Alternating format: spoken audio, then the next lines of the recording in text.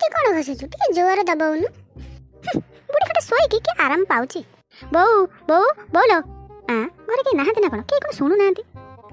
ଆଲୋ ସବିତା, ଦେଖିନି କିଏ ଡାକୁଛି? କୋଉ ଭିକାରୀ ଫିକାରୀ ଆସିଛି ନା କ'ଣ? ହଁ, ଏତେ ସକାଳେ ଆଉ କିଏ ଆସିଥିବ? କୋଉ ଭିକାରୀ ହେଇଥିବ ଆଉ। ବୋଉ ବୋଉ। ହଉ ଶାଶୁମା, ମୁଁ ଯାଉଛି ଦେଖିବି। ସକାଳୁ ସକାଳୁ ଆଉ କୋଉ ଭିକାରୀ ଆସିଗଲା କେଜାଣି? ହଁ, କିଏ କହିଲ? ରାତି ନ ପାଇବା ପୂର୍ବରୁ ହାଜର ହେଇଯାଉଛନ୍ତି ଘରେ ଆସିକି। ଆରେ ଏଟା ଭିକାରୀ ନୁହଁ, ଏଟା ଭିକାରୁଣିଟା।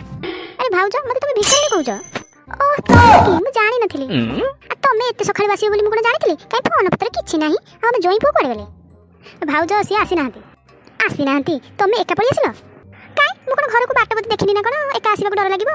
କ'ଣ ଭାଉଜ, ଆମେ ଏଇଠି ଛିଡ଼ା ହେଇକି କଥା ହେଉଥିବା ନା ଭିତରକୁ ଯିବା? ମଲା, ଚାଲୁନା। ଆଲୋ ସବିତା, ତୁ କାହା ସହିତ କଥା ହଉଛୁ? କେତେବେଳ ଠାରୁ ଗଲୁଣୁ? ତୁ ଆସୁନୁ, ମୋ ଗୋଡ଼ ଟିକେ ଚିପିବୁ।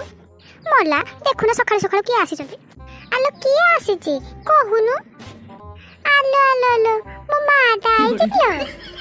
ଆଲୋ, ମୋ ଝିଅ ଆସିଛି କି? ବୋଉ, ମୁଁ ସେଠିକି ଆଉ ଯିବିନି। ମୁଁ ସବୁଦିନ ପାଇଁ ଚାଲି ଆସିଛି।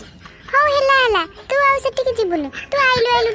ହଉ, ଠିକ୍ କରିଛୁ, ତୁ ପଳେଇ ଆସିକି। ତୁ ଆଉ ସେଠିକି ଯିବୁନୁ ହେଲା। ତୁ ଏଇଠି ରହିବୁ ଆମରି ପାଖରେ ହେଲା। ତୁ ଆଉ ସେଠିକି ଯିବୁନୁ। କ'ଣ ହେଲା? ତୁ ସେଠୁ ପଳେଇ ଆସିଛୁ? ଆଲୋ କାହିଁକି? ତୋର ସେଠି ଅସୁବିଧା କ'ଣ ହେଲା କି? ଆରେ ସେ ତ ମନା କରିଛି ସେଠିକି ଯିବନି। ତୁ ତାକୁ ବାଧ୍ୟ କାହିଁକି କରୁଛୁ?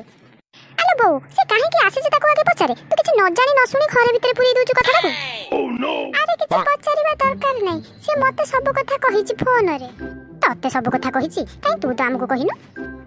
ଆବେ ତତେ କ'ଣ ମୁଁ ସବୁ କଥା କହିବି? ତୁ ତ ମାଇପ ବୁଦ୍ଧିଆ। ତତେ କହିଲେ କ'ଣ ହବ?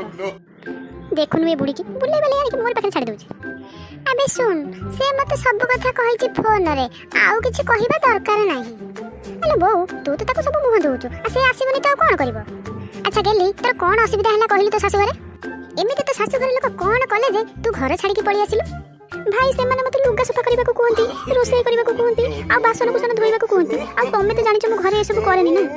ଆଉ ସକାଳୁ ଉଠିବାକୁ ବି ମତେ କୁହନ୍ତି। ସେଥିପାଇଁ ମୁଁ ଘର ଛାଡ଼ିକି ପଳେଇ ଆସିଲି। ଆଉ ତମେ ତ ଜାଣିଛ ନା ମୁଁ ଏସବୁ ଘରେ କିଛି କରେନି। ଆଉ ତମେ ମାନେ ତ ସବୁ ଜାଣିଛ ନା ମୁଁ କେତେବେଳେ ଉଠେ। ହଁ, ସେମାନେ ତତେ ଏତେ କାମ କରିବାକୁ କହନ୍ତି? ହଁ, ସେମାନେ ତତେ ଘର କାମ କରିବା କଥା କହିକି ବହୁତ ବଡ଼ ଭୁଲ କରିଦେଲେ ତ।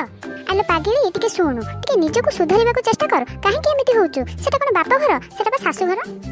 ବାପ ଘରେ ସିନା ଲେଟ୍ରେ ଉଠିଲେ ଚଳିବ, କିନ୍ତୁ ଶାଶୁ ଘରେ କ'ଣ ଲେଟ୍ରେ ସବୁ ଉଠନ୍ତି? ଦେଖୁନୁ ତୋ ଭାଉଜ ସକାଳୁ ଉଠିକି କେତେ କାମ କରୁଛି, ତୁ ତ ଦେଖିଛୁ ନା। ମୋ ଝିଅକୁ ଖଟେଇ କଳା ପକେଇ ସାରିଲେଣି। ଆଲୋ ବୋଉ, ତୁ ଟିକେ ଚୁପ୍ ରହ। ମୁଁ ଜାଣିଥିଲି ଦିନେ ନା ଦିନେ ଏମିତି ହବ। ମା ଝିଅ ଦୁଇ ଜଣ ମିଶିକି ଗୋଟେ ଧନ୍ତା ଚଲେଇଛନ୍ତି। ଆଉ ମା 1 ନମ୍ବରକୁ ଝିଅ 2 ନମ୍ବର। ମା ଯେମିତି ହବ ଝିଅ ବି ସେମିତି ହବ ନା। ଆଲୋ ଗେଲି, ତୋ ବର କାହିଁ ଆସିନି? ଭାଇ, ସିଏ ମୋ ଉପରେ ରାଗିଛନ୍ତି, ସେଥିପାଇଁ ଆସିଲେନି। ଆଲୋ ସେ ତୋ ଉପରେ କ'ଣ ପାଇଁ ରାଗିଛନ୍ତି? ଆଚ୍ଛା ଭାଇ, ତମେ ତ ଜାଣିଛ ନା ମୋବାଇଲ ବିନା ମୁଁ ଗୋଟେ ସେକେଣ୍ଡ ବି ରହିପାରେ ନା। ଆଉ ମୁଁ ସଦାବେଳେ ମୋବାଇଲରେ ରିଲ୍ସ କରେ ବୋଲି ସେ ମୋ ଉପରକୁ ରାଗିଛନ୍ତି। ମା ଝିଅ 2 ଜଣଙ୍କର ତ କିଛି କାମ ନାହିଁ। ମାର ଗୋଡ଼ ଘଷାକୁ ଝିଅର ମୋବାଇଲ ନିଶା।